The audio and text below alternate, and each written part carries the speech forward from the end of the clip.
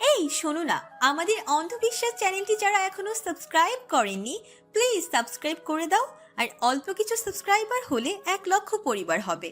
সবাই please subscribe এবং বেশি বেশি শেয়ার করে দাও প্লিজ। আচ্ছা ঠিক আছে, বুঝতে পেরেছি। আপনার হোয়াটসঅ্যাপ নাম্বারটা দিন, আমি ওখানেই টেক্সট করছি। মেসেজটা পাঠিয়ে প্রিয়ন্তী এবারেও অপেক্ষায় রইল। এবার সঙ্গে সঙ্গে অত্যন্ত সংক্ষিপ্ত একটা টেক্সট এলো। যে নম্বর থেকে টেক্সট করছি এটাই। প্রিয়ন্তী নাম্বারটা কপি করলো, তারপর ঢুকলো কল অপশনে। ওখানে গিয়ে কপিকৃত নাম্বারটা সেভ করলো। ভাবলো কি নামে সেভ করবে, এই জল্লাদ খিটখিটে আর অদ্ভুত লোকটার নাম্বার। ঠোঁটের কোণে দুষ্ট হাসি টেনে লিখলো নিরামিষ কমান্ডার। নামটা সেভ করে দ্রুত হোয়াটসঅ্যাপে গেল।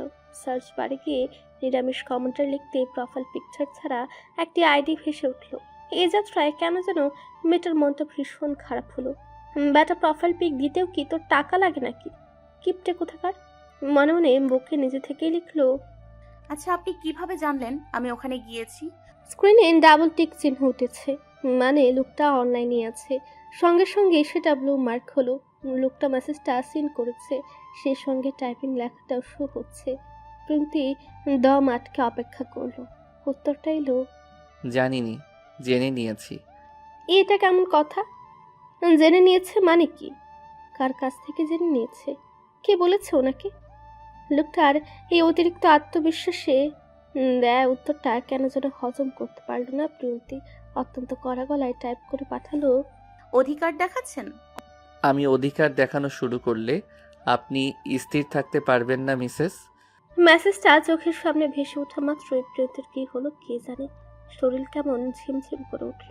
ফর্সা মসৃণ গাল দুটো হুট করেই লজ্জায় টকটকে লাল হলো। তোল পার করা অনুভূতিতে ছেয়ে গেল সমস্ত কায়া। মনে মনে বিড়বিড় করে উঠল, অসভ্য নিরামিষ কোথাকার, নজর রাখছেন আমার উপর? লজ্জার রেশটুকুর লাঘব টেনে চটপট কিবোর্ডে আঙুল চালালো প্রিয়ন্তী। মেসেজটা সেন্ড করে এবারে অপেক্ষায় থাকলো। টাইপিং লেখা উঠছে। চাতক পাখির মতো চেয়ে রইল সে। পরক্ষণেই উপাস থেকে ভেসে এলো ছোট্ট বাক্যটা, হুম, নজর নয়, খেয়াল রাখছি। পরবর্তী মেসেজটা এলো পরপরই, keeping an I on someone and looking after someone. দুটো কিন্তু এক জিনিস না মিসেস। খেয়াল রাখছে। মানুষটা তার খেয়াল রাখছে। নজর তো শত্রুর উপরেও রাখা যায়, কিন্তু খেয়াল, খেয়াল তো কেবল নিজের খুব কাছের মানুষেরই রাখা হয়।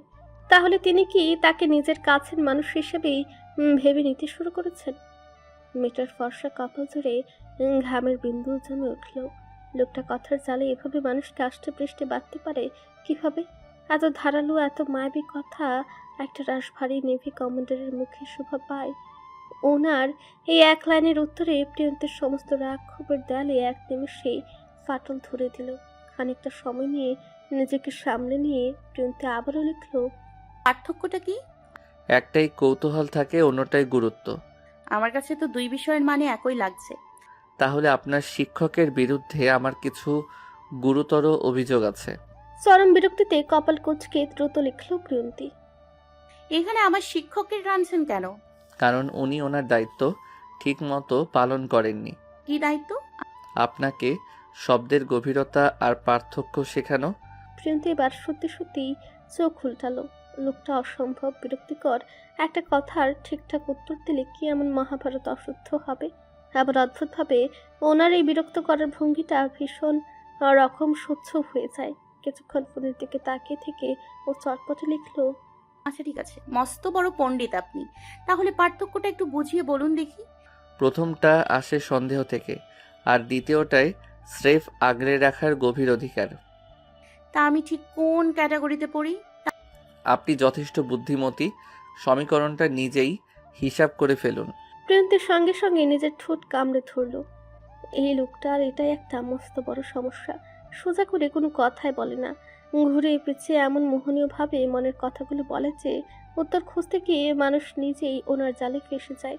নিজেকে কিছুটা সামলে নিয়ে প্রসঙ্গ পাল্টানোর জন্য লিখলো, তাহলে আপনি পরোক্ষভাবে স্বীকার করছেন যে আমার খোঁজ নিয়েছেন? স্বীকার করার মতো কোনো অপরাধ কি করেছি? আমি তো সেটা বলিনি। কিন্তু আপনার জেরা করার ভঙ্গিটা ঠিক সেটাই দাবি করছে। প্রিয়ন্তী ফুস করে একটা দীর্ঘ নিঃশ্বাস ফেলল। লোকটার সাথে তর্কাচিতা ওর সাধ্যের বাইরে।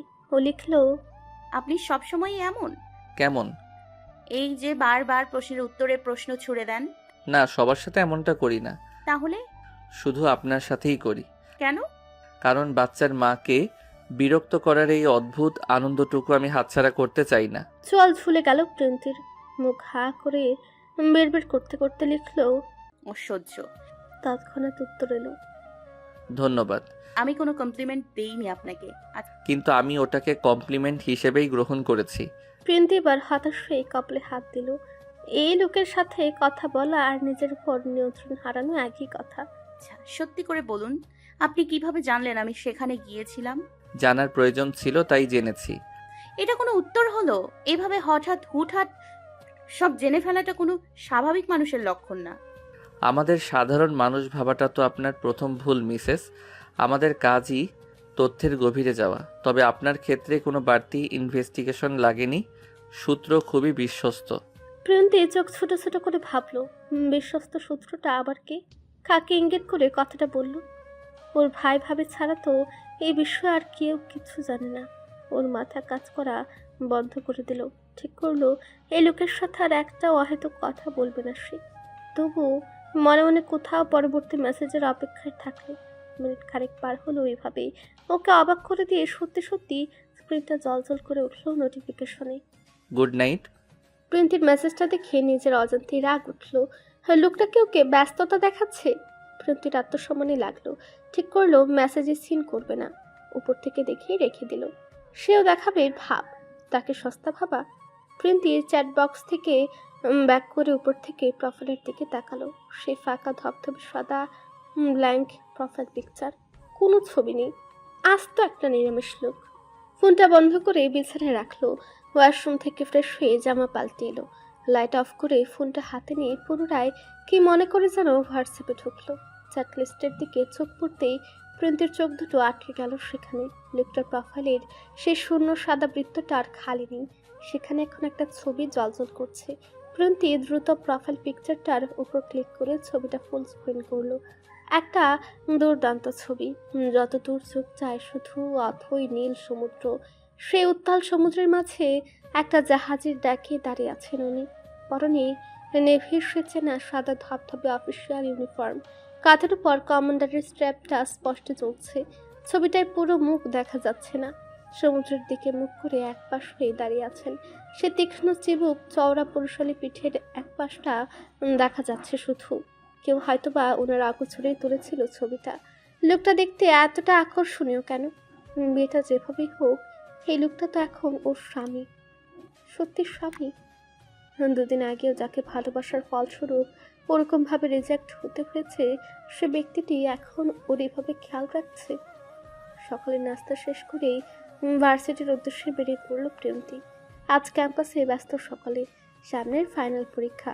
করিডর, লন, লাইব্রেরি সবখানে শিক্ষার্থীদের ছোটাছুটি। কারো হাতে নোট, কেউ শেষ মুহূর্তের সাজেশন মিলিয়ে নিতে ব্যস্ত, কেউ আবার দল বেঁধে সম্ভাব্য প্রশ্ন নিয়ে তর্কে ব্যস্ত। ডিপার্টমেন্টের সামনে এই পেছন থেকে চেনা কণ্ঠ ভেসে এলো তখন। এই প্রিয়, প্রিয়ন্তী পেছনে ঘুরতেই শ্রেয়া এসে ওর কাঁধে হাত রাখলো, বলল, কি রে প্রিয়, তোকে এমন জ্যান্ত লাশের মতো দেখাচ্ছে কেন? কি যা তা বলছিস? রাতে একটু ঘুম কম হয়েছে তাই এমন লাগছে। শ্রেয়া চোখ শুরু করে বান্ধবীর মুখের দিকে তাকালো। ভ্রু উঁচিয়ে সন্দিগ্ন হয়ে প্রশ্ন ছুড়ল, কি ব্যাপার রে? আজকাল রাতে ঘুম এত কম হওয়ার কারণ কি? জামাই তো নাই যে সারা রাত জাগিয়ে রাখবে, তবুও ঘুমোতে পারিস না কেন? ব্যাটাকে ভিডিও কলে জ্বালায় নাকি? প্রিন্টের হাতে নোটস ছিল, ওটা দিয়েই শ্রেয়ার মাথায় সজোরে একটা বাড়ি মারলো। তেড়ে মেটে বলল, সভ্য মাইয়া, চুপ! আস্তে, কেউ শুনে ফেলবে। দুই হাত কোমরে কুচে অনেকটা নরম গলায় বলল শ্রেয়া, তো কি হয়েছে বলবি? সামনে পরীক্ষা, একটু টেনশন লাগছে। ধুর, পরীক্ষার টেনশনে তোর মুখ এমন হয় না, অন্য কিছু হয়েছে নিশ্চয়ই। প্রিন্ট এবার সত্যি চুপ করে গেল। মন চাইলো সবটা খুলে বলতে, তবে ইচ্ছে করলো না। আপাতত পরীক্ষা নিয়ে ব্যস্ত থাকতে চাচ্ছে। পড়ার প্রেশারটা খুব বেশি। আগত্যা প্রসঙ্গ পাল্টে বলল, নোটসগুলো এনেছিস? হুম। এখন দ্রুত ক্লাসে চল। ম্যামের পরে ঢুকলে টার্গেট করে রাখবে পুরো ক্লাস। ক্লাস চলাকালীন পুরোটা সময় প্রিন্টি শুধু খাতার পাতায় কলম দিয়ে হিজিবিজি কাটলো। প্রফেসর কি পড়ালেন তার এক বিন্দু ওর মাথায় ঢুকলো না। ক্লাস শেষ হতেই শ্রেয়া ওকে টেনে নিয়ে গেল ভার্সিটির ঠিক পেছনের রাস্তার ধারের পরিচিত ক্যাফেটায়। ওখানকার কোল্ড কফিটা বেশ ভালো। একটা কর্নারের টেবিলে বসে দুজনেই খাতা আর ল্যাপটপ খুলে বসলো। সামনে এক্সাম, তাই ফাঁকি দেওয়ার কোনো উপায় নেই। এই চ্যাপ্টারটা দেখ, এখান থেকে কিন্তু একটা বড় প্রশ্ন আসবেই। শ্রেয়া নোটসটা এগিয়ে দিয়ে বলল। প্রিয়ন্তী জোর করে নিজের পুরো মনোযোগ খাতার উপর দেওয়ার চেষ্টা করলো। দুজন মিলে প্রায় ঘন্টাখানেক ধরে সাজেশন আর নোটস নিয়ে টুকটাক ডিসকাশন করলো। পড়াশোনার মাঝে ডুবে থাকায় প্রিয়ন্তীর মনের ম্যাকটা সাময়িকভাবে কিছুটা হলেও কেটে গিয়েছিল। তখন আলোচনা শেষ করে যখন ওরা ক্যাফে থেকে বেরোলো তখন ঘড়িতে দুপুর 1:15। কড়া রোদ উঠেছে চারদিকে। ক্যাফে থেকে মেন রোডের দিকে যাওয়ার গলির মুখটায় আসতেই থতমত খেয়ে দাঁড়ালো প্রিয়ন্তী। রাস্তার ওপারে একটা চকচকে কালো মার্সিডিজ গাড়ি দাঁড়িয়ে আছে, আর তার ঠিক পেছনে সিকিউরিটির আরো দুটো কালো রঙের গাড়ি থামানো। মার্সিডিজের পাশে হেলান দিয়ে দাঁড়িয়ে আছে এক যুবক। ও দূর থেকে দেখে চিনে ফেললো অভিরাজ। পরনে একদম নিখুঁত দামি ব্র্যান্ডের একটা গাঢ় নীল রঙের 3 পিস স্যুট, ফর্সা মুখে রোদ চশমা গোজা। কারোর সাথে ফোনে অত্যন্ত গম্ভীর মুখে কথা বলে চলেছেন। পেছনে হাত জোর করে দাঁড়িয়ে আছে দুজন ব্যক্তিগত বডিগার্ড। প্রিয়ন্তীর ইচ্ছে হলো ওখান থেকে উল্টো পায়ে হেঁটে পালিয়ে যায়। সে শ্রেয়ার হাতটা শক্ত করে ধরে নিচু গলায় বলল, শ্রেয়া চল ওই পাশ দিয়ে ঘুরে যাই, জলদি চল। কেন রে, কি হলো? শ্রেয়া কৌতূহল নিয়ে ওপাশে তাকাতেই নিজে অভিরাজকে দেখে চিনে ফেলল। বলল, আরে ওনাকে চেনা চেনা লাগছে না? কথা বলিস না, জাস্ট চল। প্রিয়ন্তী নিজের ওড়নাটা একটু টেনে মুখটা সামান্য আড়াল করে অভিরাজকে পাশ কাটিয়ে দ্রুত গতিতে চলে যাওয়ার চেষ্টা করলো। চাইল না অভিরাজের তীক্ষ্ণ নজর ওর উপর পড়ুক, কিন্তু ভাগ্য বোধ হয় আজ একটু ওর সহায় ছিল না। গাড়ির সমান্তরাল দূরত্বটুকু পার হতেই যাবে কি অমনি ডাক পড়ল, প্রিয়ন্তী। অভিরাজের ভারী গলার ডাকটা কানে আসতেই আগতা থেমে দাঁড়ালো প্রিয়ন্তী। তীব্র অস্বস্তি সত্ত্বেও থামতে বাধ্য হলো। এই লোকটার মুখোমুখি হয়তো দূর, ওনার নামটা শুনলেও এখন ওর দম বন্ধ হয়ে আসে। আর এক কদমও না বাড়িয়ে ঠিক ওখানেই থম মেরে দাঁড়িয়ে রইল। পাশে দাঁড়িয়ে থাকা শ্রেয়া কপালে ভাঁজ ফেলে ওপাশে তাকালো। তারপর প্রিয়ন্তীর হাতটা আলতো চেপে ধরে ফিসফিস করে বলল, লোকটা তোর নাম জানলো কিভাবে? তোকে চিনিস নাকি ওনাকে? প্রিয়ন্তী ঢুক গিলে মিনমিন করে জবাব দিল, উনি অভিরাজ। কি? ততক্ষণে অভিরাজ রোদ চশমাটা খুলে পকেটে ভরে রাখলো। কয়েক কদম এগিয়ে এসে দাঁড়ালো ওদের সামনে। নিরুপায় প্রিয়ন্তী সৌজন্যতায় মুচকি হাসলো। এখানে কি করছেন আপনি? প্রশ্নটা করে পরক্ষণে আশেপাশে তাকালো অভিরাজ। নিজের ভুল সংশোধনের ভঙ্গিতে আশেপাশে একটু চোখ বুলিয়ে আলতো হেসে বলল, ও আই এম সরি, এটা তো আপনার ভার্সিটি তাই না? আমি আসলে ভুল জায়গায় ভুল প্রশ্ন করে ফেলেছি। লোকটার প্রশ্নে বিরক্তি প্রকাশ পেলেও জোর করে হাসলো প্রিয়ন্তী। সৌজন্যতামূলক হাসি ফুটিয়ে বলল, ঠিক আছে, আপনি এখানে? আমার একটা প্র্যাকটিক্যাল মিটিং ছিল এই এরিয়াতেই, জাস্ট শেষ করে বেরোচ্ছিলাম। অভিরাজ বেশ স্বাভাবিক গলায় বলে থামলো, যাক, বেশ ভালোই হলো। যখন দেখা হয়ে গেল তখন চলুন কোথাও বসা যাক। ওই সামনের ক্যাফেটা বেশ ভালো শুনলাম, ওখানেই বসি। প্রিয়ন্তী মনে মনে শিউরে উঠল। এই লোকটার সাথে এক সেকেন্ডও কাটাতে চায় না। চট করেই নিজের নারাজ ভাবটা লুকিয়ে একটা সুন্দর মিষ্টি হাসি ফুটিয়ে বলল, ধন্যবাদ, কিন্তু আমরা মাত্রই ওই ক্যাফেটা থেকেই কফি খেয়ে বেরোলাম, এখন আর একদম ইচ্ছে নেই। অভিরাজ এত সহজে দমে যাওয়ার পাত্র নন। চিবু কুচিয়ে বলল, তাতে কি হয়েছে? জাস্ট একটা কোল্ড ড্রিঙ্কস বা আইসক্রিম নিলেন, চলুন। না প্লিজ, আজ আসলে একটু তাড়া আছে। না আচ্ছা ঠিক আছে, তাহলে চলুন আপনাকে বাড়িতে ড্রপ করে দিয়ে যাই। আমি তো আপনাদের বাড়ির ওখান দিয়েই যাচ্ছি। বলতে বলতে সোজা এগিয়ে গিয়ে দাঁড়ালো পেছনে দাঁড়িয়ে থাকা চকচকে মার্সিডিজটার দিকে। প্রিয়ন্তী ঘাবড়ে গিয়ে শ্রেয়ার হাত চেপে ধরলো। ও কোনোভাবেই এই লোকের গাড়িতে উঠবে না। দ্রুত মাথা নেড়ে অসম্মতি জানিয়ে বলল, না না, আমি আপাতত বাড়িতে যাচ্ছি না, আমার লাইব্রেরিতে যেতে হবে, কিছু দরকারি বই কালেক্ট করতে হবে আজ। অভিরাজের পেছনে থাকা বডিগার্ডের ফোনটা বেজে উঠলো। তখনই পকেট থেকে ফোনটা বের করে স্ক্রিনের নম্বরটার দিকে তাকাতে ফ্যাকাশে হয়ে এলো মুখের রং। লোকটা ঢুক গিলেও আর চোখে অভিরাজের দিকে তাকালো। অভিরাজ তখন প্রিয়ন্তীর সাথে কথা বলায় ব্যস্ত। গাড়িটির সাহস সঞ্চয় করে একটু এগিয়ে এসে নিচু গলায় বলল, স্যার একটা ইম্পর্ট্যান্ট কল এসছে। অভিরাজ শীতল চোখের ইশারা করতে ভারতে ঢোক দিল যুবক, কিন্তু ফোনটা এক নাগারে বেজেই চলেছে। ওপাশে থাকা মানুষটা অনবরত কল দিয়ে যাচ্ছে। ওপাশ থেকে ফিরে ফোনটা রিসিভ করলো যুবক। ওপাশ থেকে কিছু একটা শুনে কপাল জুড়ে ঠান্ডা ঘাম জমে উঠলো। আর এক মুহূর্ত দেরি না করে ভারত মুখে বছর একদম কানের কাছে ঝুঁকে সে ফিসফিস করে বলল, স্যার ম্যাডামকে কোনোভাবেই কন্ট্রোল করা যাচ্ছে না। কথার বহর থামলো অভিরাজের। থেমে তাকালো গার্ডসের দিকে। ছেলেটা মাথা নেড়ে কিছু একটা বোঝাতেই ঠোঁট কামড়ে অনড় দাঁড়িয়ে থাকা অভিরাজ এবার একটা দীর্ঘশ্বাস ফেলে বলল, আসলে আমার হঠাৎ করে একটা অত্যন্ত জরুরি কাজ পড়ে গেছে, এখনই চলে যেতে হবে। আপনি এক কাজ করুন, এই গাড়িতে করে চলে যান। ম্যাডাম যেখানে যেতে চান ওনাকে ওনার গন্তব্যে ড্রপ করে দিয়ে আসো। শেষের বাক্যটা গার্ডসদের উদ্দেশ্যে বলে চলে গেল সে। লোকটা যেতেই মনে মনে স্বস্তির শ্বাস ফেলল প্রিয়ন্তী। আসুন ম্যাডাম, গাড়িতে উঠুন। কোথায় যাবেন বলুন? স্যার আমাদের আদেশ দিয়েছে আপনাকে ড্রপ করে দিতে। প্রিয়ন্তী এক পা পিছিয়ে গিয়ে হাত নেড়ে বলল, না না না, ঠিক আছে, আপনারা যান, আমি রিক্সা করে চলে যেতে পারবো। গার্ড ড্রাইভার একটু জোরাজুরি করতে শুরু করলো। ম্যাডাম প্লিজ এমন করবেন না। স্যারের আদেশ অমান্য করলে স্যার আমাদের চাকরি রাখবে না, বকাঝকা করবেন। প্লিজ গাড়িতে উঠুন। আমি বললাম তো আমি যাব না। আসলে লাইব্রেরিটা একদম কাছেই, এই গলির ভেতরেই। ওখানে গাড়ি ঢোকার মতো রাস্তা নেই। আপনারা প্লিজ আসুন। প্রিয়ন্তীর দৃঢ় কণ্ঠস্বর দেখে গার্ডরা আর বেশি জোরাজুরি করার সাহস পেল না। আগত্যা সালাম দিয়ে গাড়িতে উঠে চলে গেল। গাড়িটা চোখের আড়াল হতেই প্রিয়ন্তী আর শ্রেয়া মেন রাস্তার এক পাশে সরে এলো। প্রিয়ন্তী এতক্ষণে বুক ভরে একটা স্বস্তির নিঃশ্বাস ফেলল। কপালটা ঘামে ভিজে গেছে। শ্রেয়া এতক্ষণে পুরো নাটকটা হা করে দেখছিল। প্রিয়ন্তীকে কোনো দিয়ে ধাক্কা দিয়ে কৌতূহলী হয়ে জিজ্ঞেস করলো, মিথ্যে বলি কেন? ফ্রিতে এমন লাক্সারিয়াস গাড়িতে যাওয়ার সুযোগটা ছাইলেই বা কেন? গেলেই তো পারতিস, সমস্যা কোথায় ছিল?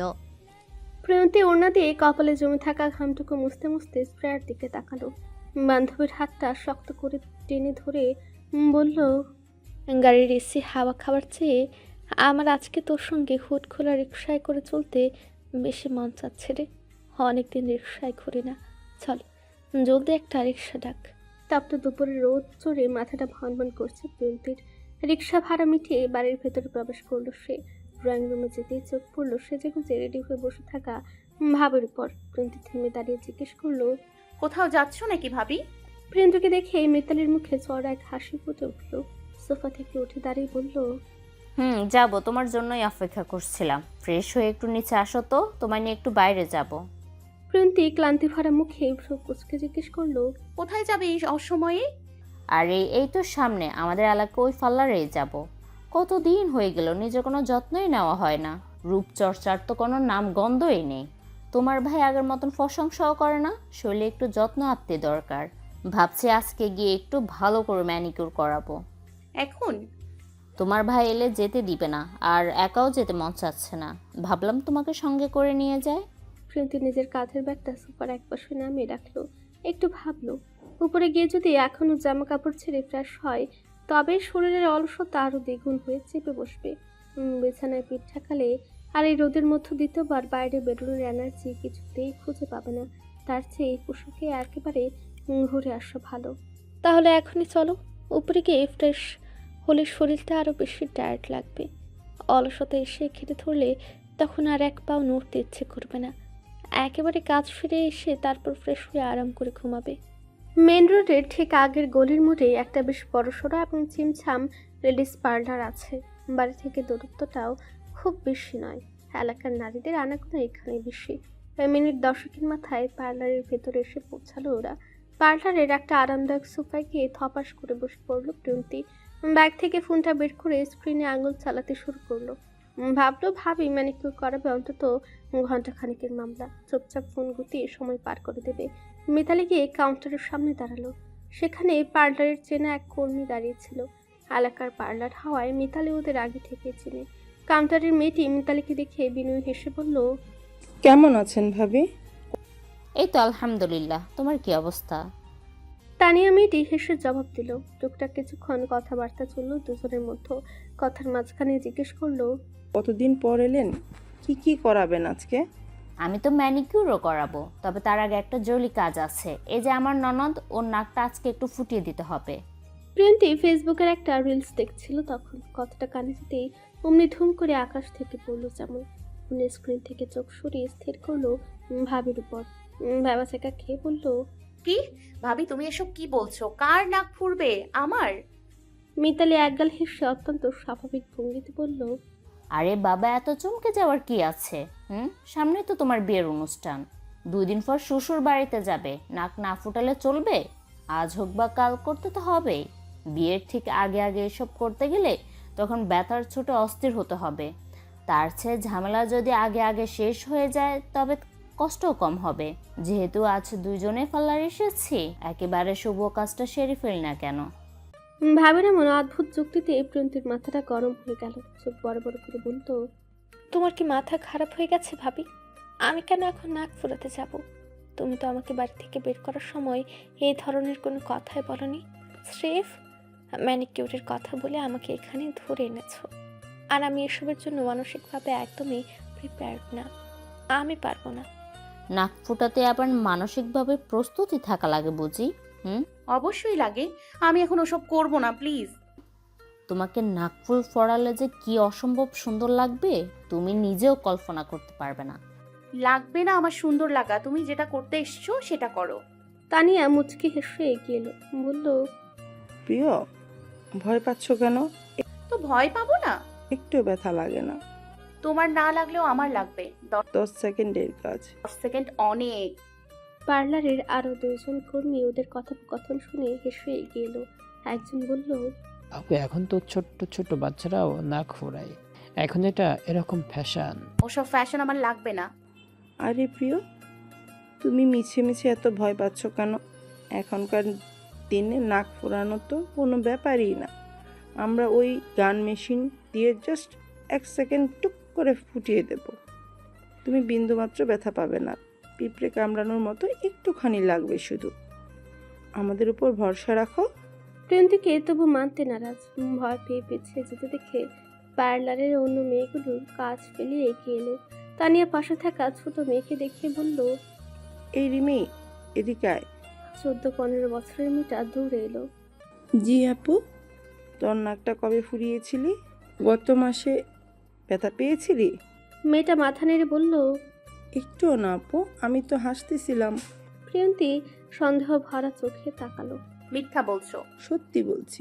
কাঁদিনি না একটুও? না, দেখেছো প্রিয়, ছোট একটা বাচ্চা, ও ভয় পায় না। আর তুমি শুধু শুধু এত ভয় পাচ্ছ। মিতালি এবার আর কোনো অজুহাত শুনল না। তানিয়া আর মিতালি মিলে জোর করেই এনে বসালো রিভলভিং চেয়ারটাই। ছাড়ো আমাকে ভাবি, প্লিজ বলছি ছাড়ো, আমার ভালো লাগছে না কিন্তু। আমি চিৎকার করব। প্রিয়ন্তী চেয়ারে বসে ছটফট করছে। পার্লারের মেয়েগুলোর প্রিয়ন্তীকে সাহস জুগিয়ে যাচ্ছেন। প্রিয়ন্তী তবু নারাজ। এক পর্যায়ে আশাহত হয়ে চোখ মুখ খেঁচিয়ে নিল। তানিয়া চট করে ড্রয়ার থেকে সে স্টিলের গান মেশিনটা বের করলো। ওটার মাথায় একটা ধারালো স্টার্ট লাগানো। প্রিয়ন্তী ওটা দেখে আতঙ্কে চোখ বড় করে ফেললো। মুখের ভেতরটা তখন ধরফর করছে সমানে। কপাল বেয়ে ঠান্ডা ঘাম নেমে এসেছে। ভাবি প্লিজ, আমি মরে যাব, ওটা সরিয়ে নাও। কিছু হবে না সোনা, চোখটা বন্ধ করো। তানিয়া অত্যন্ত অভিজ্ঞ হাতে প্রিয়ন্তীর নাকের ডান পাশের নরম চামড়াটায় একটু স্পিরিট লাগিয়ে জায়গাটা ঠান্ডা করে নিল। তারপর নিখুঁত নিশানায় মেশিনের মুখটা নাকের উপর চেপে ধরল। প্রিয়ন্তী তখনও হাত পা ছটফট করানোর চেষ্টা করছে। রেডি, 1 2 3। কাউন্টডাউন শেষ করে মেশিনের ট্রিগারে চাপ দিল। হঠাৎ একটা তীব্র ধাতব শব্দ হলো। আর সেই সাথে এক মুহূর্তের জন্য মনে হলো একটা জ্বলন্ত কয়লার টুকরো সরাসরি প্রিয়ন্তীর নাকের চামড়া ভ্যাদ করে ভেতরে ঢুকে গেছে। চোখ মুখ খিচে চিৎকার করে উঠল প্রিয়ন্তী। 2-1 ফোঁটা নোনা জল গড়ালো গাল বেয়ে। মিতালি আগে থেকে একটা নাক ফুল দিয়ে রেখেছিল তানিয়ার হাতে।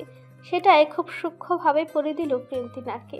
নাকটা টকটকে লাল টমেটোর মতো রূপ ধারণ করেছে। মেয়েটার চোখের জল আর নাকের জল এক হয়ে গেছে তখন। ব্যাস ব্যাস, হয়ে গেছে আমার লক্ষ্মী বোনটা। আর কোনো ব্যথা নেই, দেখো। প্রিয়ন্তী চেয়ারে বসে হাঁপাচ্ছে। কাঁপা কাঁপা হাত দিয়ে নিজের নাকের পাশে আলতো করে ছোঁয়া দিল। একটা শক্ত ছোট্ট ধাতব কিছু ওখানে বসে গেছে। ও চোখের পানি মুছতে মুছতে সামনের বড় আয়নাটার দিকে তাকালো। আয়নায় নিজের প্রতিচ্ছবি দেখে নিজেই নিজের চোখে বিশ্বাস করতে পারছিল না। ফর্সা কান্নায় লাল হয়ে যাওয়া নাকের ঠিক এক পাশের একটা বিন্দুর মতো ছোট্ট ডায়মন্ডের নাকফুল পার্লারের লাইটের আলোয় হীরের মতো জ্বলজ্বল করছে। নাকটা লাল হয়ে থাকায় ও ছোট্ট হীরের টুকরোটা আরো বেশি ফুটে উঠেছে যেন। ব্যথাটা তখনও দপদপ করছে, কিন্তু আয়নার সামনে নিজের এই সদ্য নতুন প্রতিবিম্ব দেখেও নিজেই মুগ্ধ। খারাপ লাগছে না, তবু অভিমানী গলায় ভাবিকে বকল সে। তুমি একটা আস্ত চিটিং বাজ ভাবি, আমার সাথে এভাবে চিটিং করলে কেন? আমার নাকটা এখনো জ্বলছে। মিতালি মুগ্ধ চোখে তাকিয়ে আছে ননদের দিকে, মুগ্ধতা নিয়েই বলল, বিশ্বাস করো প্রিয়, তোমাকে নাক ফুলে যে সুন্দর লাগবে এটা আমি ভেবেছি, বাট এতটা সুন্দর লাগবে তা ভাবতে পারিনি। হয়েছে, সুন্দর করে এখানে নিয়ে এসে আমার সঙ্গে এমন করলে তো বাড়ি যাই আজকে, ভাইয়ার কাছে বিচার দিব তারপর। মিতালি সেসবে পাত্তা দিল না। কাজ শেষ হতেই পার্স থেকে ফোনটা বের করে কাউকে একটা মেসেজ পাঠালো গটাগট।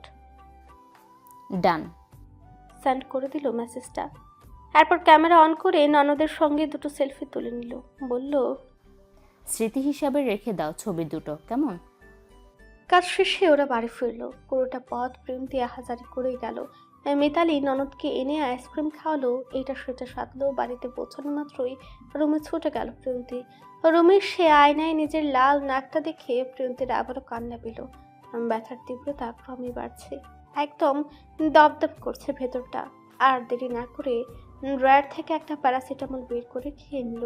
সামনে যেহেতু ফাইনাল এক্সামের প্রচন্ড প্রেশার, তাই ও আর এই সময় নষ্ট করতে চাইল না। চট করে ওয়াশরুমে গিয়ে ফ্রেশ হয়ে এলো। ডাইনিং টেবিল থেকে হালকা পাতলা কিছু খেয়ে এসে বসলো পড়ার টেবিলে। ইংলিশ লিটারেচার বইটার একটা পোয়েমের সারাংশ মুখস্থ করছিল বসে বসে। অমনি পাশে থাকা ফোনটা ফট করে জলজল করে উঠলো নোটিফিকেশনের শব্দে। হোয়াটসঅ্যাপ থেকে এসেছে মেসেজটা। এই সময়ে কে মেসেজ দিল? কৌতূহলবশত ফোনটা হাতে নিয়ে লক স্ক্রিনটা খুললো, প্রবেশ করলো ভেতরে। নিরামিষ কমান্ডারের চ্যাট বক্স থেকে মেসেজ এসেছে। ও দ্রুত চ্যাটটা ওপেন করলো। স্ক্রিনে পাঠানো অদ্ভুত মেসেজটা দেখে হা হয়ে গেল প্রিয়ন্তী।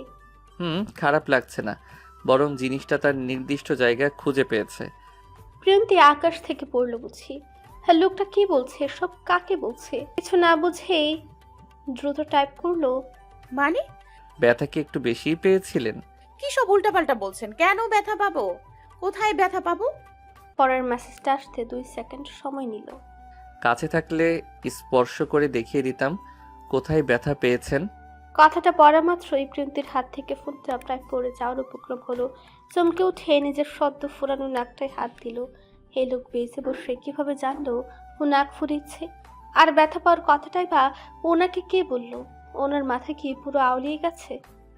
যাই হোক, একটা কথা মনে রাখেন, এভাবে সাজার ছবি সবার জন্য না। কিছু জিনিসের উপর একটু স্বার্থপর হওয়ার অধিকার আমার আছে। আপনি কি একটু বুঝিয়ে বলবেন আপনি আসলে কি বলতে চাচ্ছেন?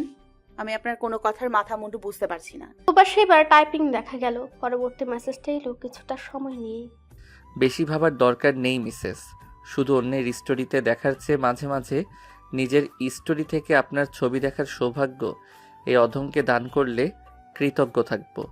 দূরে থেকে অদ্ভুতভাবে আপনার বাচ্চার বাবার মেজাজটাও ভালো হয়ে যাবে তখন। এতক্ষণে সমীকরণটা মেলাতে পেরেছে প্রিয়ন্তী। হুট করেই ওর ভাবির এভাবে ওকে সেখানে নিয়ে যাওয়া, জোর করে নাক ফুরানো আর এই মেসেজের মানে সবটা এখন পানির মতো পরিষ্কার। ও ফোনটা ছুঁড়ে মেরে দ্রুত বিছানা ছেড়ে উঠে দাঁড়ালো। এক দৌড়ে এসে থামলো মিতালের ঘরের দরজার সামনে। দরজাটা খোলাই ছিল। বেশ আরাম করে পা ছুঁড়ে বসে এক হাতে কাঁচা চামচ নিয়ে বাটি থেকে ফ্রুটস খাচ্ছে আর অন্য হাতে পরম শান্তিতে ফোন টিপছে। ভাবি, এই নোজ পিনটা আসলে কে দিয়েছিল বলো তো? সত্যি করে বলবে আমাকে, একদম লুকাবে না। মিতালি বাটিতে অবশিষ্ট শেষ আপেলের টুকরোটা কাটা চামচে গেঁথে মুখে পড়ল। প্রিয়ন্তীর দিকে তাকালো না অব্দি। নিজের মোবাইল স্ক্রিনে আঙুল চালাতে চালাতে বড় স্বাভাবিক নির্বিকার কণ্ঠে জবাব ছড়ে দিল, কেন, তোমার বর? বড় স্বাভাবিক সে কণ্ঠস্বর। তবে স্বাভাবিক থাকতে পারলো কই আর প্রিয়ন্তী? ওর চোখ দুটো তো বিস্ময়ে এসে তখনই বড় বড় হয়ে গেছে। চোখের পলকটুকু অব্দি পড়লো না। ভেবা থাকা খেয়ে ওখানে দাঁড়িয়ে রইল কিয়ৎক্ষণ। নিজের অজান্তে এক পা এগিয়ে গেল। কণ্ঠে অবিশ্বাস নিয়ে প্রশ্ন করলো, তো তুমি জানতে? মিতালি এবারও ফোন থেকে চোখ সরালো না। বাটি থেকে একটা আঙ্গুল মুখে পড়ে ফোনের স্ক্রিনে আঙ্গুল চালাতে চালাতে বড্ড অবলীলায় উত্তর দিল। হুম। প্রীতির পায়ের তলার মাটি আরো খানিকটা আলগা হলো বোধ হয়। কাপা কাপা গলায় আবারও প্রশ্ন ছুড়ল। কবে, কখন থেকে জানতে তুমি? মিতালি এবার ফোনটা বিছানায় নামিয়ে রাখলো। ননদের দেশে হারা বোকা বনে যাওয়া মুখের দিকে তাকিয়ে হাসলো অল্প। বলল, যেদিন থেকে তাজউদ্দিন শিকদার আজানের নামটা তোমার নামের সঙ্গে জুড়ে দেওয়া হয়েছে ঠিক সেদিন থেকে। এবার আর সোজা হয়ে দাঁড়িয়ে থাকার শক্তিটুকু পেল না প্রিয়ন্তী। টলতে টলতে এগিয়ে গেল ভাবির কাছে। বেচারার প্রান্তে দুই হাত চেপে ধরে মিতালির মুখের দিকে চাতক পাখির মতো চেয়ে রইল। চোখ দুটো ছলছল করে উঠল এক বুক অভিমান আর একরাশ বিস্ময় নিয়ে। ধরা গলায় বলল, তুমি সবটা জানতে ভাবি, প্রথম থেকে শেষ পর্যন্ত সবকিছু জানতে, তবু তবু আমায় একটা বারও কিছু বলনি। দীর্ঘশ্বাস ফেলল মিতালি। প্রিয়ন্তীর হাতটা নিজের হাতের মুঠোয় নিল। খুব শান্ত গলায় উল্টো প্রশ্ন ছুড়ে দিল ননদকে। তুমি বলেছিলে প্রিয়, তোমার মনের ভিতর যে এত তোলপাড় চলছিল, কই নিজ থেকে তো এসে কিছুই বলনি আমায়। এই তোমার আমাকে নিজের বড় বোন মনে করা? ভয় পেয়ে গিয়েছিলাম ভাবি, ভীষণ ভয় পেয়ে গেছিলাম আমি। আমার ওসব বলার মতো পরিস্থিতি ছিল না একদমই। তাছাড়া ভাইয়া তো জানোই কেমন, যদি রেগে যান, যদি আমায় অবিশ্বাস করেন, সে ভয়ে বলতে পারিনি। প্রীতির গাল বেয়ে টপটপ করে দুফোঁটা চোখের জল গড়িয়ে পড়ল। মিতালির সে জলটুকু পরম যত্নে মুছে দিয়ে বুকে জড়িয়ে ধরল ননদকে। একদম কাঁদবে না বলদ মেয়ে, এখানে তোমার কি দোষ? কারণ তো কোনো দোষ ছিল না, ভাগ্যে যা লিখেছিল সেটাই হয়েছে। উপরওয়ালা ফয়সালা, তুমি আমি কেউ কি বদলাতে পারতাম? আর তোমার ভাই তোমাকে কতটা ভালোবাসে তুমি জানো না? তোমাকে অবিশ্বাস করতে পারে ও? প্রিয়ন্তী ভাবের বুক থেকে মাথা তুলে হাতের উল্টো পিঠে চোখ মুছতে মুছতে বলল, সব বুঝলাম ভাবি, কিন্তু অভিরাজ ভাইয়ের বিষয়টা। ভাইয়া তো ওনাদের কথা দিয়েছেন, অভিরাজ ভাইয়া আর ওনার ফ্যামিলি যদি পুরো সত্যিটা জানতে পারে তখন কি হবে? আমি কিভাবে মুখ দেখাবো ওনাদের সামনে? কিভাবে বলবো ভাইয়া কি সব? মিতালি এবার প্রিয়ন্তীর দুই কাঁধ ধরে সোজা করে বসালো। দৃঢ় কণ্ঠে বলল, তোমাকে এইসব নিয়ে একদম মাথা ঘামাতে হবে না প্রিয়, সামনে তোমার পরীক্ষা। এখন ফুল কনসেন্ট্রেশন পড়াশোনায় করো। মনে রেখো, যার সঙ্গে তোমার বিয়ে হয়েছে, যার জীবনের সঙ্গে তুমি জড়িয়ে গিয়েছো, সে খুব সুন্দর করে সম্পর্কের দায়ভার মেটাতে জানে, সম্পর্ক বহন করতে জানে, সম্পর্কের মূল্য দিতে জানে। মিতালি একটু থামল, দম নিয়ে বলল ফের, সে যেহেতু নিজ মুখে বলেছে সবকিছু সে হ্যান্ডেল করে নিবে, তাহলে তুমি অযথা কেন ভয় পাচ্ছ? শোনো, ভাইয়া চায় না আপাতত তোমাদের এই অনাকাঙ্ক্ষিত বিয়ের বিষয়টা ফাঁস হোক, কেউ জানুক, কেউ তোমাকে নিয়ে কটু কথা বলুক, সমাজের মানুষ তোমাকে আঙ্গুল তুলে ছোট করে কথা বলুক বা তোমাকে অপবাদ দিক। এটা ভাইয়া চাচ্ছে না, বিদে এখনো চুপ করে আছে। আর ঠিক এই কারণে ভাইয়া আপাতত এই সম্পর্কটা আড়ালে রাখছে, কাউকে কিছু জানাতে নিষেধ করেছে। তুমি শুধু তার উপর ভরসা রাখো। চুপচাপ শুনলো প্রিয়ন্তী, ভাবির প্রতিটি কথা মনোযোগ দিয়ে শুনলো। মিতালি বা অসহায় হয়ে বলতে লাগলো, আমায় ফেলেছো তোমরা মহা মুশকিলে। একই সময় দুটো বিয়ে, একে তো ননদ, দ্বিতীয়ত আবার বড় ভাই। কার্ডটা রেখে কার্ডটা অ্যাটেন্ড করব, এই বেবে বেবে তো আমার ঘুম হারাম হচ্ছে। ইস, সামনে কত কাজ আমার। উফ ভাবি। মৃদু স্বরে থমকে উঠল প্রিয়ন্তী। গাল ভরে হাসলো মিতালি। এবার ব্যঙ্গ করে বলল, উফ ভাবি। আচ্ছা ভাবি, একটা কথা বলো তো, উনি কি জানেন? মিতালি ভ্রু কুচকে তাকালো। কি? আরে অভিরাজ ভাইয়ার সাথে আমার বিয়ের কথাবার্তা চলার বিষয়টা জানেন উনি? তোমাকে একটু আগে আমি কি বললাম? এসব নিয়ে তোমাকে একদম মাথা ঘামাতে বারণ করেছি না? তুমি এসব ফালতু চিন্তা বাদ দিয়ে এখন ফুল ফোকাস শুধু নিজের পড়াশোনায় করো। আমার ভাই কিন্তু পড়াশোনার ব্যাপারে একদম স্ট্রিক্ট। যদি এসব 7-5 ভেবে পরীক্ষার রেজাল্ট খারাপ করো, তবে ভাইয়া কিন্তু তোমাকে একদম ছেড়ে কথা বলবে না। ভাইয়ার সফট সাইডটা দেখেছো তো? দোয়া করো ভাইয়ার দৃঢ় সাইডটা যেন দেখতে না হয় তোমায়। যা অনেক সময় নষ্ট হয়েছে, এবার রুমে গিয়ে লক্ষ্মী মেয়ের মতন বই নিয়ে বসো। প্রিয়ন্তী আর কোনো পাল্টা প্রশ্ন করার সুযোগ পেল না। দুজনের মধ্যে আরো কিছু বিষয় নিয়ে টুকটাক কথাবার্তা চলল। প্রিয়ন্তীর ভেতরের ভারী ম্যাগটা ভাবির আশ্বাসে অনেকটাই কেটে গেছে। খানিকক্ষণ পর প্রিয়ন্তী উঠে দাঁড়ালো। মিতালি তখন ফ্রুটসের বাটিটা হাতে নিয়ে গুছিয়ে রাখছিল। দরজার কাছাকাছি গিয়ে থমকে দাঁড়ালো মেয়েটা। ভাবির দিকে চেয়ে ঠোঁট বাঁকিয়ে বলল, ভাইয়ার হয়ে আমার ওপর পিয়নগিরিটা কিন্তু তুমি খুব ভালোই করেছিলে ভাবি। খাট থেকে বালিশটা ছুঁড়ে মারার আগে দৌড়ে পালালো প্রিয়ন্তী। শব্দ করে হেসে উঠল মিতালি। আজ তার এত আনন্দ লাগছে না। তার ভাইয়ের সঙ্গে নিজের ননদকে প্রথম থেকেই কল্পনা করে এসেছিল। সেই কল্পনা এভাবে হুট করে বাস্তবে রূপ নেবে ভাবতেই পারেনি। পরের দিন সকালটা শুরুই হলো ঝুম বৃষ্টি দিয়ে। রাতভর গুমট গরমের পর ভোরের আলো ফুটতে না ফুটতেই আকাশ ভেঙে নামলো শ্রাবণের ধারা। সেই সাথে যোগ হচ্ছে এলোমেলো ছন্নছাড়া দমকা হাওয়া। জানালার কাঁচ ভেদ করে সে বৃষ্টির ছাটে সে লাগছে ঘরের ভেতরের ফার্নিচারে। প্রিয়ন্তী ঘুম থেকে উঠছিল বেশ সকালেই। আজ ভার্সিটিতে একটা গুরুত্বপূর্ণ ক্লাস ছিল, কিন্তু বিছানা ছেড়ে জানালা টেনে খুলতে বুঝলো আজ আর কোনো মতেই ভার্সিটিতে যাওয়া হচ্ছে না। মনে মনে একটা বেশ অস্বস্তি বোধ করলো প্রিয়ন্তী। নিচে নেমে ব্রেকফাস্ট করতে করতে মিতালি বলল, বাইরে যা পরিস্থিতি, আজ আর কলেজে যাওয়া লাগবে না প্রিয়। ভিজলে একদম জ্বর বাঁধিয়ে ছাড়বে। যাবো না ভাবি। আর একটু দিব। খাওয়া দাওয়া একদম ঠিক মতন করবে এখন থেকে। পড়ার প্রেশার সামনে এত অল্প খেলে চলবে? আমি তো একসঙ্গে এত খেতে পারি না, জানোই তো। তাহলে অল্প অল্প করে খাবে কিছুক্ষণ পর পর। খেয়ে শরীর স্বাস্থ্য ঠিক না রাখলে ওরকম একটা স্বামীকে সামলাবে কি করে? শেষের কথাটা আস্তে করে বলল মিতালি। কাজের মেয়েটা ওদের থেকে একটু দূরে। প্রিয়ন্তী চোখ পাকিয়ে চাইলো। কপট রাগ দেখিয়ে বলল, ভাবি। জি ভাবি। উফ, তোমার সঙ্গে কথাই বলবো না, যাও। তা বলবে কেন? এখন তো আর কথা বলার মানুষের অভাব নেই। এখন কি আর আমাকে ভালো লাগবে? উফ ভাবি, থামবে? কোনো মতে ব্রেকফাস্টের পর্বটা শেষ করে উপরে উঠে এলো। পড়ার টেবিলে বসে রইল অনেকক্ষণ লাগিয়ে। তবে পড়ার মধ্যে মনোযোগ স্থির করতে পারল না আজ আর। পায়ে পায়ে প্রিয়ন্তী এগিয়ে গেল ঘরের লাগোয়া ছোট্ট বারান্দাটায়।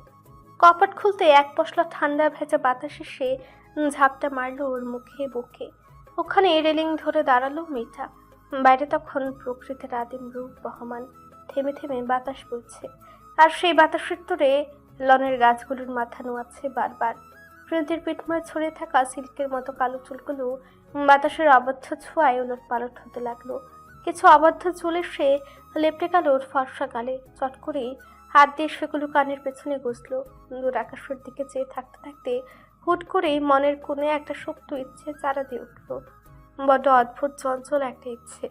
এই মেঘলা দিনে নিজের মনের মতো করে সাজতে ইচ্ছে হলো। সিদ্ধান্ত নিল নিজের আত্মতৃপ্তির জন্যই সে সাজবে। বারান্দা ছেড়ে কাঠের আলমারিটার সামনে এসে দাঁড়ালো প্রিয়ন্তী। বেছে বেছে একটা সাদা রঙের লাল পাড়ের শাড়ি খুঁজে বের করলো। সাথে মিলিয়ে বের করলো টুকটুকে লাল রঙের একটা ব্লাউজ। বেশ কিছুক্ষণ সময় নিয়ে শাড়িটা জড়িয়ে নিল নিজের তন্নির শরীরে। পাটা ঠিকঠাক করে পিঠের উপর মেলে দিল লাল আঁচল। শ্বাসটা এখানে শেষ হলো না। ড্রেসিং টেবিলের ড্রয়ার টেনে এক গুচ্ছা রেশমি লাল ছুরি বের করলো। ডান হাতে 1 ডজন, বা হাতে 1 ডজন পরলো। সেই সাথে দিল মেরুন রঙের লিপস্টিক। আয়নায় তাকালো, এরপর কিছু একটা মিসিং আছে। চোখে কাজল পরা হয়নি। এমনিতেই খুব একটা চোখে কাজল পরে না সে। পছন্দ নয় তেমন একটা, তবে আজ পরলো। টানা টানা চোখ দুটোই কাজল টানলো সুন্দর করে। এবার মানিয়েছে। শাড়ির সঙ্গে একটু একটু কাজল না হলে চলে নাকি? পিঠের চুলগুলো আজ আর বাঁধলো না, একদম উন্মুক্ত করে ছেড়ে দিল পিঠের উপর। সবার শেষে ড্রয়ারের একদম কোণ থেকে বের করলো রূপোর একজোড়া নুপুর। পা বাড়াতেই ঝুমুর ঝুমুর শব্দে কেঁপে উঠল ঘর। নুপুর দুটো পায়ে গলিয়ে প্রিয়ন্তী আয়নার সামনে এসে সোজা হয়ে দাঁড়ালো। আয়নায় ভেসে ওঠা প্রতিচ্ছবিটার দেখেছে নিজেই একটা আত্মতৃপ্তির হাসি হাসলো প্রিয়ন্তী। ধবধবে সাদা শাড়ি, টুকটুকে লাল পাড়ের আঁচল, হাতে রেশমি চুড়ি, পায়ে রূপোর নুপুর। সব মিলিয়ে সেলফ স্যাটিসফ্যাকশন কাজ করলো। ফুরফুরে আনন্দে ভরে উঠল মন। আর ঘরে টিকলো না মন। রিমঝিম পায়ে ঘর থেকে বের হয়ে এলো। নুপুরের ইনিঝের শব্দটা শরীর ল্যান্ডিংয়ে প্রতিধ্বনিত হতেই বাদ সাধল মিতালি। নিচ থেকে ডাকলো, বৃষ্টিতে ভিজো না প্রিয়, জ্বর আসবে। সামনেই পরীক্ষা তোমার, মাথা রেখো। ভাবের বারণ আজ আর শুনলো না প্রিয়ন্তী। ছাদের সিঁড়ি পেয়ে দৌড়ে উপরে উঠতে উঠতে বলে গেল ভাবের উদ্দেশ্যে, নিজের ইচ্ছের কাছে মাঝে মাঝে হার মানতে হয় ভাবি। তুমিও আসতে পারো চাইলে। আকাশ ভেঙে পড়া হাজারো জলের কণা নিমিষে ভিজিয়ে দিল ওকে। ঠান্ডা জলের ছোঁয়া পেয়ে চোখ দুটো বুঝে ফেলল পরম শান্তিতে। দমকা হাওয়ায় শিওর ভেজে শরীর আঁচলটাকে উড়িয়ে নিয়ে যেতে চাইছে যেন। দু হাত মেলে দিয়ে ছাদের ঠিক মাঝখানটা এসে দাঁড়ালো প্রিয়ন্তী। হাতের লাল কাচের চুড়িগুলো বৃষ্টিতে ভিজে চকচক করছে। প্রিয়ন্তী মাথা উঁচু করে আকাশের দিকে চাইল। বৃষ্টির ফোঁটাগুলো ওর মুখে ঠুটে চোখের পাতায় এসে আছড়ে পড়ছে। নিজের চারপাশে ঘুরে ঘুরে পা ফেলে ধীর লয়ে নাচতে লাগলো সে। ভেজা চুলগুলো ওর পিঠে আর গালে লেপটে গেছে। জীবনের সব তুলপার, সব ভয়, সব দুশ্চিন্তায় শ্রাবণের অঝোরধারা এক নিমিষে ধুয়ে মুছে সাফ করে দিচ্ছে। ঠিক তখনই ঝুম বৃষ্টির সে একটানা শস্য শব্দের বুক চিরে পেছন হতে গম্ভীর পুরুষালী কণ্ঠস্বর ভেসে এলো ওর কানে। বৃষ্টিতে যে আহ্লাদ নিয়ে ভিজেছেন, পরে ঠান্ডাটা লাগলে সেবা যত্ন তো দিন শেষে আমারই করতে হবে, সেই খেয়াল আছে? কথাটা কান অব্দি পৌঁছানো মাত্রই সচকিত হলো প্রিয়ন্তী। তড়িৎ ঘুরে তাকালো পেছনে। হৃৎপিণ্ডটা আচমকায় এক লাফে গলার কাছে চলে এলো বুঝি। অমনি থমকে গেল চারটে চোখ। প্রিয়ন্তীর মনে হলো এই অঝোর শ্রাবণের মাঝেও বুঝি ওর মাথার উপর আস্ত আকাশটায় ভেঙে পড়লো। লোক ধরফরানি বেড়ে গেল শতগুণে। ছাদের দরজার ঠিক পাশের দেয়ালের সাথে আয়েসে পিঠ থেকে দাঁড়িয়ে আছে এক দীর্ঘদেহী পুরুষ।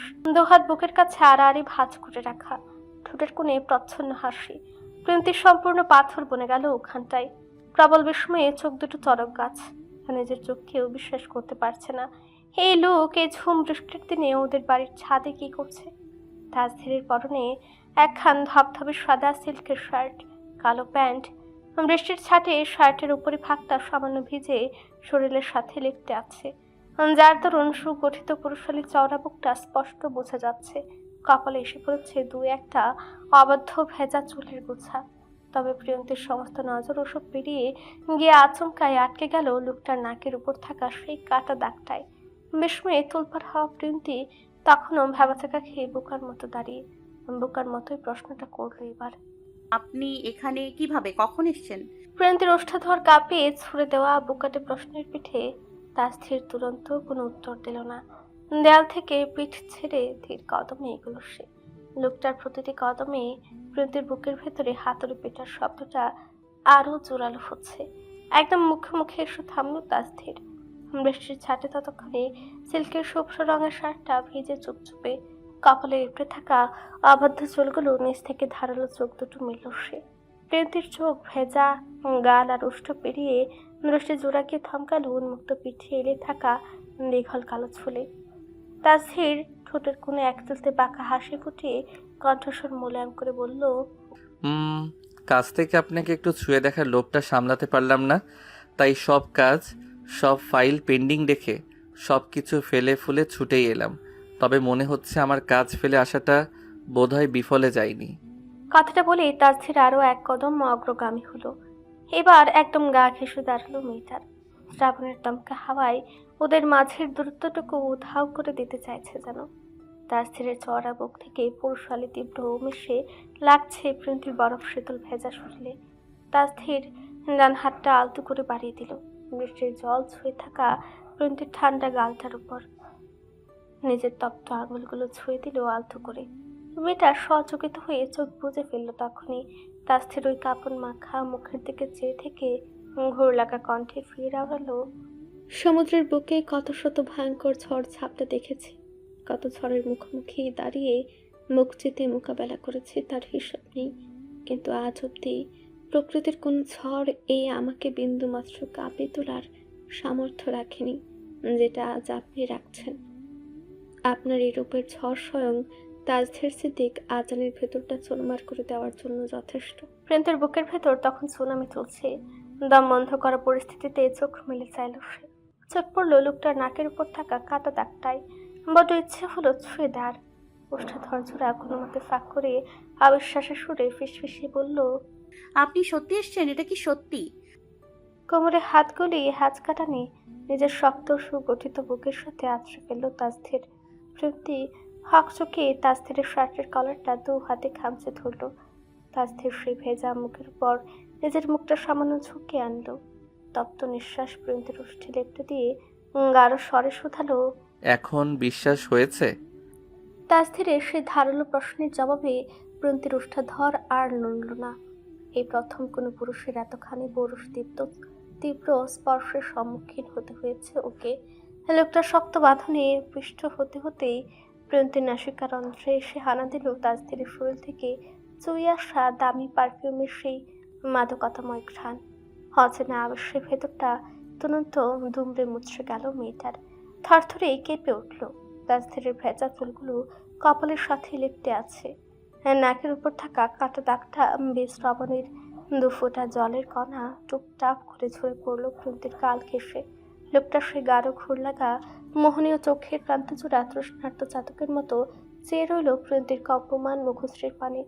হঠাৎ তাজধিরের ধারালো দৃষ্টিকে থমকালো চিকচিক করতে থাকা নাক ফুলটার উপর। ফর্সা নাকের ছটফটে ডানাটায় থাকা ছোট্ট ডায়মন্ডের নাক ফুলটার উপর 1 ফোঁটা বৃষ্টির জল জমে মুক্তোর মতো চকচক করছে।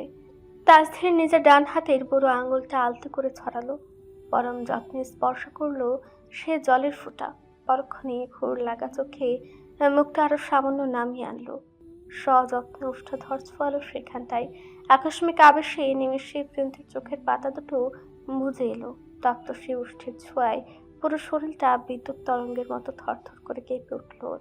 সে কাঁপুনি টের পেয়ে যেন তাজধিরের হাতের কোমর বেষ্টনী আরো শতগুণ দৃঢ় হলো। বুকের সাথে পিষে নিল অর্ধাঙ্গিনীকে। প্রিয়ন্তীর কাঁধের উপর ছড়িয়ে থাকা ভেজা চুলগুলো নিজের আঙ্গুলের ওপাশে সরালো।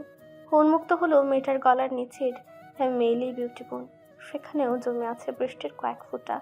তাজধির বড় তৃষ্ণার্ত চোখে সেই শুভ্র কলার বোনের দিকে চেয়ে রইল কিয়ৎক্ষণ। তারপর তপ্ত আঙ্গুলে ওখানটার জলটুকু স্পর্শ করে প্রিয়ন্তীর কানের লতে ছুঁয়ে ফিসফিস করে আওড়ালো, আপনাকে কি আর একটু গভীরভাবে ছুঁয়ে দিতে পারি, মিসেস তাজধির সিদ্দিক? প্রশ্নটা প্রিয়ন্তীর কানের পর্দা পেরিয়ে মগজে পৌঁছানো মাত্রই লজ্জায় লাল নীল হলো। ফর্সা গাল দুটো ব্লাশিং করতে করতে একদম টমেটোর মতো লালচে রূপ ধারণ করলো। তখনই তাজধির আর অনুমতির উত্তর আজ্ঞা করলো না। পুরুষালী উষ্ঠধর্যরা গলার কাছাকাছি নামিয়ে আনতেই সব ভয় সব জড়তা একপাশে সরিয়ে 2 হাতে লোকটার পেছনের শার্টের একাংশ খামচে ধরল প্রিয়ন্তী। এই প্রিয়, ওট ওট বলছি, কত ঘুমোবি আর? তীব্র ঝাঁকুনিতে প্রিয়ন্তীর আবেশিত চোখ দুটো পিট পিট করে চাইল। পুরো শরীর তখনও ঘামে জুবুথুবু। ও চোখ না খুলে আধো আধো গলায় বলল, আচ্ছা, আপনার কণ্ঠটা হঠাৎ এমন শোনাচ্ছে কেন? ওপাশ থেকে উত্তর এলো, কি রকম? এই যে কেমন যেন শ্রেয়ার মতো শোনাচ্ছে। বলদি মাইয়া, আমি শ্রেয়াই। ওট বলছি, কি সব আবল তাবল বকছিস ঘুমের ঘোরে? ওট। চেনা ধমকটা কান অব্দি পৌঁছানো মাত্রই ধরফর করে বিছানায় উঠে বসলো প্রিয়ন্তী। চোখের পলকে ফেলে চাইল সামনে। কোথায় ছাদ, কোথায় বৃষ্টি, কোথায় সেই তামাটে পাষণ্য পুরুষটা? বরং সামনে অগ্নিমূর্তি হয়ে 2 হাত কোমরে গজে দাঁড়িয়ে আছে ওর বান্ধবী শ্রেয়া। প্রিয়ন্তীর বুকটা তখনও কামারের হাঁপুরের মতো ওঠানামা করছে। দিক বেদিক শূন্য হয়ে বুকর মতো এদিক ওদিক তাকালো আবারও। ঘরের জানালা কপাট সব বন্ধ, বাইরে কড়া রোদ। শ্রেয়া ওর বুকাটে মুখের দিকে চেয়ে চোখ রাঙিয়ে বলল, ফাজিল মাইয়া, কখন থেকে ডাকতেছি, ওঠার কোনো নাম গন্ধই নাই। আর তোর গাল দুটো এমন ব্লাশিং করতেছে কেন রে? কি এমন স্বপ্ন দেখছিলি ঘুমের ঘোরে শুনি? প্রিয়ন্তী এবার সচকিত হয়ে নিজের পরনের ড্রেসটার দিকে তাকাল। কই লাল সাদা শাড়ি তো নেই। ও তো সকালে যে 3 পিসটা পরেছিল সেটাই জুড়ে আছে শরীরে। চরম হতাশায় বিড়বিড়ালো, তার মানে এতক্ষণ যা দেখছিলাম সবটাই স্বপ্ন ছিল? শ্রেয়া 2 হাত কোমরে গুজে যেভাবে দাঁড়িয়ে ছিল সেভাবেই রইল। কি রে, কথা কস না কেন?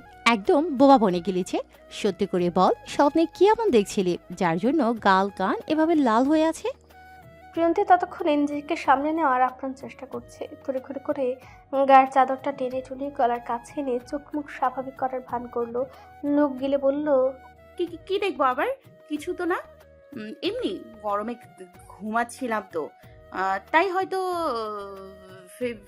ফেস লাল হয়ে গেছে। শ্রেয়া একগাল হাসলো।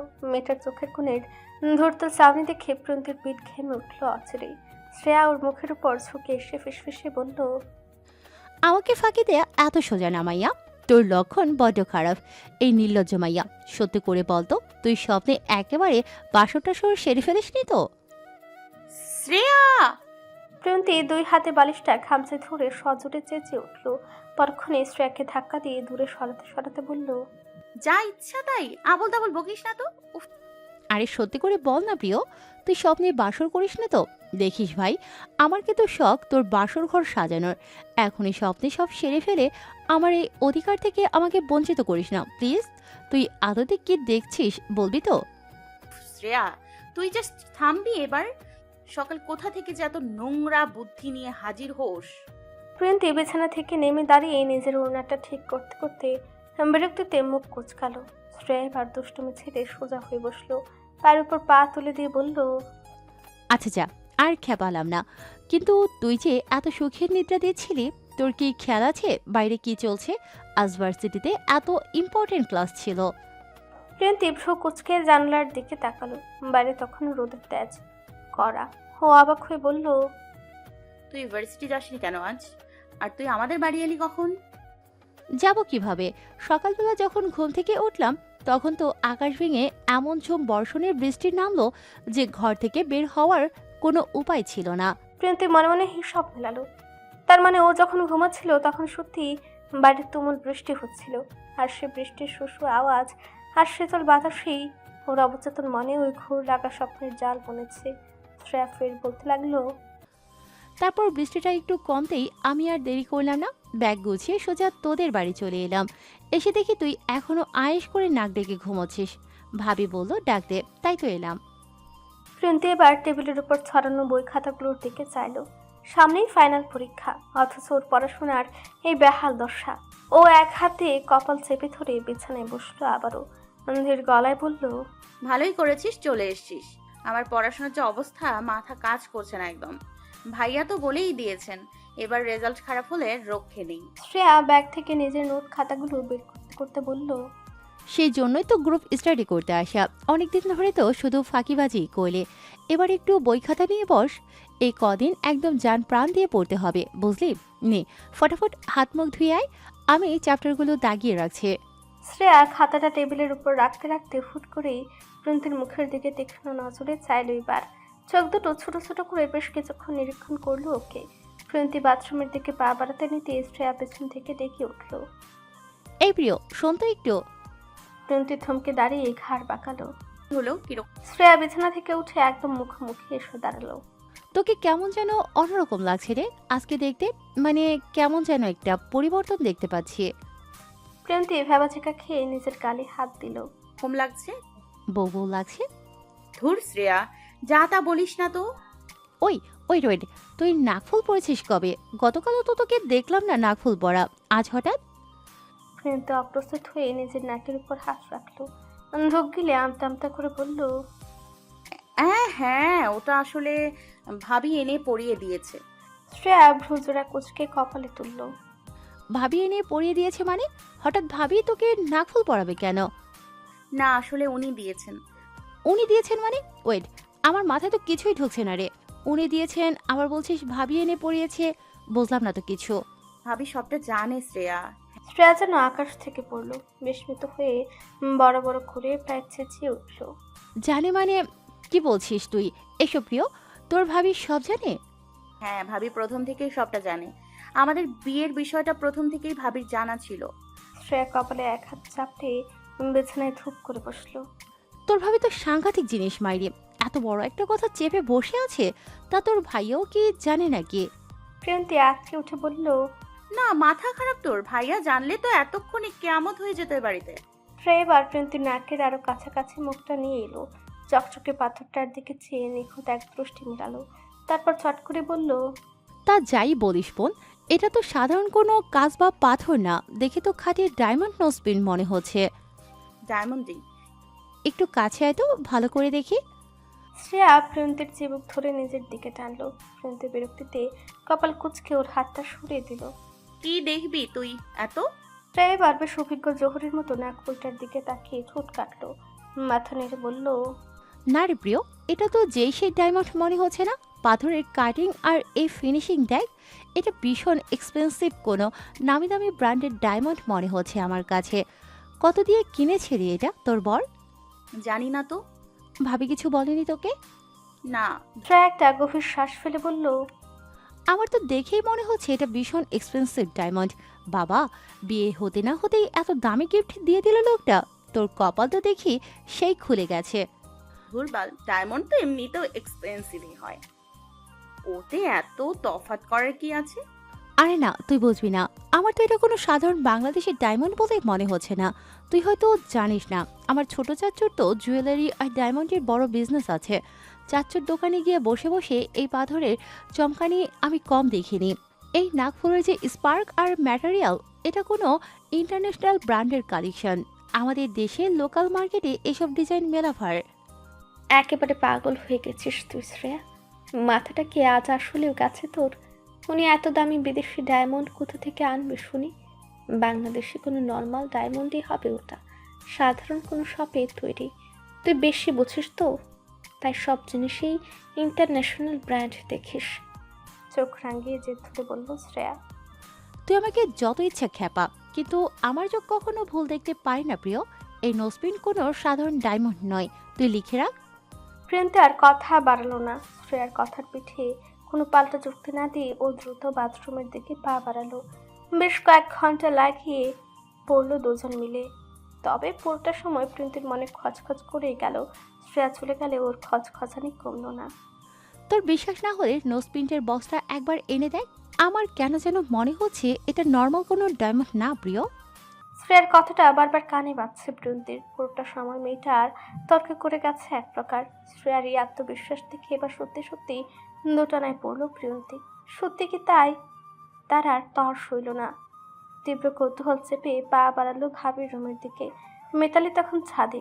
অনিচ্ছা সত্ত্বেও আলমারির ড্রয়ার খুলে নোসপিনের ছোট্ট বক্সটা খুঁজতে শুরু করলো সে। কয়েক সেকেন্ডের মাথায় পেয়েও গেল বক্সটা। রবিন এক ব্লু কালারের মখমলে মোড়ানো লাক্সারি বক্সের পর সাদা অক্ষরে জলজল করছে একটি নাম, টিফেনি অ্যান্ড কো। বিস্ফোরিত হলো প্রিয়ন্তীর চাহনি। এই ব্র্যান্ডের নামও চেনে না এমন নয়, পৃথিবীর অন্যতম শ্রেষ্ঠ আর আকাশ ছোঁয়া দামি জুয়েলারি ব্র্যান্ড এটি। তবে কি শ্রেয়ার কথাই সত্যি? কিন্তু উনি সাধারণ এক নেভি অফিসার হয়ে এত দামি ব্র্যান্ডের গয়না কোথা থেকে পেলেন? ক্যামেরা অন করে চটপট দুটো ছবি তুললো বক্সটার, পাঠিয়ে দিল শ্রেয়ার আইডিতে। মিনিটের মধ্যেই কল দিল শ্রেয়া। ফোনটা রিসিভ করে কানের কাছে নেওয়া মাত্রই উপর থেকে শ্রেয়া প্রায় চিৎকার করে উঠল। ওরে আমার খোদা, প্রিয় তুই এই বক্স পেলি কোথায়? আমি তোকে কি বলেছিলাম, আমার চোখ কখনো ভুল হতে পারে না, দেখেছিস তো? প্রিয়ন্তীর শুকনো ঢুক গিলে কপটের দিকে একবার চাইলো। মিতালি এখনো ছাদ থেকে নামেনি। ও গলার স্বর নিচু করে বলল, আচ্ছা শ্রেয়া, এটার প্রাইস কেমন রে? এই টিফানির একটা সাধারণ নোজপিনের প্রাইস কত থেকে শুরু জানিস? এটার প্রাইস সর্বনিম্ন 10 লক্ষ টাকা থেকে শুরু। কাটিং আর ক্যারেট ভেদে আরও বেশিও হতে পারে। ভাবা যায় লোকটা তোকে কত এক্সপেন্সিভ আর লাক্সারি গিফট দিয়েছে বিয়ে হতে না হতেই। তোকে তো মাথায় করে রাখার মতো বর পেয়েছিস তুই। প্রত্যুত্তর করলো না প্রিয়ন্তী। শ্রেয়ার সাথে কোনো মতে কথা শেষ করে ফোনটা কেটে দিল। 10 লক্ষ টাকা? সর্বনিম্ন 10 লক্ষ। প্রিয়ন্তী বক্সটা যথাস্থানে রেখে আলমারির ড্রয়ারটা সাবধানে আটকে দিল। ও যতটুকু জানে একজন নেভি লেফটেন্যান্ট কমান্ডারের স্যালারি তো এমন আকাশ ছোঁয়া নয় যে ফুট করেই 10 লক্ষ টাকার নাকফুল গিফট করে বসবেন। তীব্র এক অস্থিরতা নিয়ে প্রিয়ন্তী দ্রুত পায়ে ঘর থেকে বেরিয়ে এলো। সিঁড়ি দিয়ে নামতে দেখলো মিতালি ছাদ থেকে কাপড় নিয়ে নেমে ড্রয়িং রুমের সোফায় বসে সেগুলো ভাঁজ করতে ব্যস্ত। প্রিয়ন্তী গেল সেদিকে। মিতালি কাপড় ভাঁজ করতে করতে পায়ের শব্দে মুখ তুলে চাইলো। আলতো হেসে বলল, কিছু খাবে? প্রিয়ন্তী সোফার একপাশে বসে ভাবের 2 হাত নিজের হাতের মুঠোয় নিল। চোখের দৃষ্টিজোড়া স্থির রেখে গম্ভীর কণ্ঠে বলল, একটা কথা জিজ্ঞেস করব, সত্যি করে উত্তর দেবে তো ভাবি? মিতালি একটু অবাক হলো। কাপড়ে একপাশে রেখে বলল, বলো না, কি হয়েছে? আচ্ছা ভাবি, উনি যে নাকফুলটা পরিয়েছেন সেটার প্রাইস কেমন? কত দিয়ে কিনেছেন ওটা? প্রিয়ন্তীর মুখ থেকে হুট করেই এই অদ্ভুত প্রশ্নটা শুনে মিতালি তুরন্ত কিছুটা থতমত খেলো। চট করে নিজেকে সামনে নিয়ে শুধালো, হঠাৎ এই প্রশ্ন প্রিয়? কেন, তোমার কি ওটা পছন্দ হয়নি? তেমনটা না ভাবি, ওটা ভীষণ সুন্দর, কিন্তু তুমি জাস্ট বলো না এটার প্রাইসটা কত? প্রিয়ন্তীর তীক্ষ্ণ নজর এড়ালো না মিতালির চোখ। বুঝলো মেয়েটার সবটা জেনেই ওকে এমন প্রশ্ন করছে। তাই মিতালি আর অযথা লুকোচুরির আশ্রয় নিল না। সোজা সাপটা ভাষায় বলে দিল, এই তো 10-12 লাখ টাকার মতন হবে। 10-12 লক্ষ? শ্রেয়ার অনুমান, তবে 1 ফুটও ভুল ছিল না। প্রিয়ন্তীর চরম অবিশ্বাসে তাকালো ভাবির শান্ত মুখে। মাথাটা ঝিমঝিম করে উঠল। তখনই আমতা আমতা করে বলল, এত এত দামি একটা জিনিস হুট করে আমাকে দিয়ে দিলেন? তাতে কি হয়েছে প্রিয়? নিজের অর্ধাঙ্গিনীকে সামান্য একটা জিনিস উপহার দিয়েছে, এর মধ্যে এত ভাবার কি আছে? নিজের সাথে সামান্য একটা জিনিসের এভাবে কম্পেয়ার করতে নেই। ভাবির মুখের সামান্য শব্দটা শুনে প্রিয়ন্তী যেন আকাশ থেকে পড়ল। চোখ দুটো বড় বড় করে প্রায় চেঁচিয়ে উঠল। তোমার কাছে এই জিনিসটা সামান্য লাগছে ভাবি? 10 থেকে 12 লক্ষ টাকা তোমার কাছে সামান্য? এতটা স্বাভাবিকভাবে কিভাবে বলছো তুমি? মিতালির চেহারায় তবু কোনো হেলদোল দেখা গেল না, যেন আগে থেকে জানতো প্রিয়ন্তীর প্রতিক্রিয়া এমনটাই হবে। প্রিয়ন্তী এবার ভাবির আরো কাছে ঘেসে বসলো। ভাবি, আমি যতটুকু জানি নেভির একজন অফিসারের স্যালারি তো এতটা বেশি না যে এক নিমিষে 10 থেকে 12 লক্ষ টাকা খরচ করে একটা নাকফুল কিনে ফেলবেন। ওনার কি নেভির প্রফেশন ছাড়াও অন্য কোনো পরিচয় আছে, অন্য কোনো সোর্স আছে যেখান থেকে এত টাকা আসে? প্লিজ ভাবি, সত্যিটা বলো। মিতালি চুপ রইল কিয়ৎক্ষণ, ঠোঁট কামড়ে ভেবে চললো অনেক কিছু। তারপর বলল, তোমার যার সঙ্গে বিয়ে হয়েছে তার পরিচয়টা শুধু নেভির মধ্যে সীমাবদ্ধ নয় প্রিয়। ওই প্রফেশন ছাড়াও তার আরো পরিচয় আছে, আর সেই সত্যিটা তুমি খুব শীঘ্রই জানতে পারবে। তার জীবনের সঙ্গে যেহেতু জড়িয়েছ, আস্তে আস্তে সবটাই জানতে পারবে। সে তোমাকে বলবে, কারণ এখন তুমি তার অর্ধাঙ্গিনী। দিন শেষে তো তার বিশাল সাম্রাজ্য, আর তাকে সবটাই সামলাতে হবে, তাই না? নিয়মিত ভালোবাসার গল্প শুনতে এবং পড়তে আমাদের অন্ধবিশ্বাস চ্যানেলটি সাবস্ক্রাইব করে পাশে থাকা বেল আইকনটি ক্লিক করুন। ধন্যবাদ সবাইকে।